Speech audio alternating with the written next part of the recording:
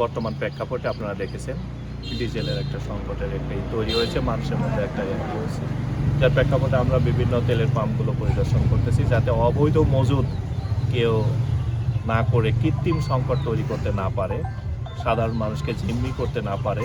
এই জন্য উপজেলা প্রশাসন সার্বক্ষণিকভাবে তৎপর আছে। অবৈধ মজুদদারদের বিরুদ্ধে কঠোর ব্যবস্থা গ্রহণ করা হবে।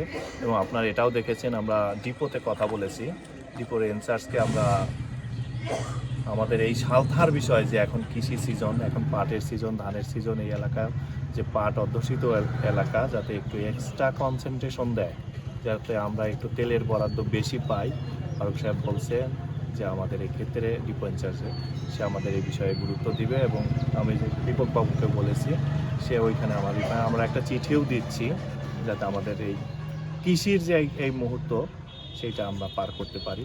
সামগ্রিকভাবে আমাদের চেষ্টা আর আন্তরিকতার কোনো ঘাটতি নাই, আমরা চেষ্টা করছি এই সমস্যার দ্রুতই সমাধান হবে ইনশাআল্লাহ। ধন্যবাদ আপনাদেরকে।